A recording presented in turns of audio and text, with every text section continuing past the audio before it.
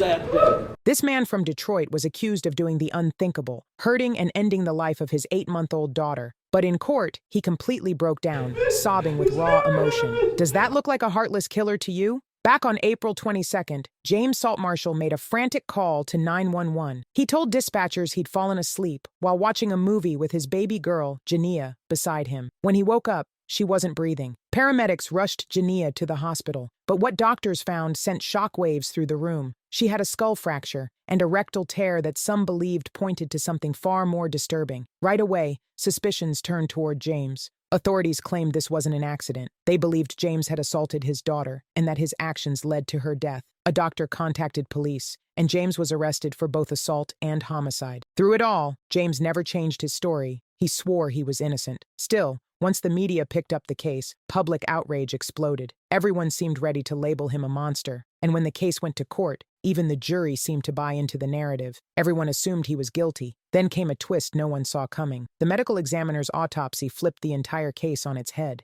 Jania hadn't been attacked. She died from suffocation. And that matched exactly what James had said from day one. He'd held her too tightly while they slept, worried she might roll off the bed. Tragically, that led to her accidental suffocation. The autopsy also revealed there was no brain trauma. And the rectal injury? It turned out to be a minor tear caused by constipation, not from any kind of abuse. So how did this get so far? Social advocate Diallo weighed in. When people see someone poor and black, they jump to the worst assumptions. They strip away their humanity. If the facts had been thoroughly examined from the start, James wouldn't have been treated like a criminal or had his name dragged through the mud. Eventually, the Wayne County Prosecutor's Office dropped all charges against him, but by then, the damage was done. James was left grieving his daughter while also battling depression and PTSD from the trauma of being falsely accused. Now, he's suing the police and hospital staff who nearly sent him to prison. What do you think? Does he deserve justice? Drop your opinion in the comments.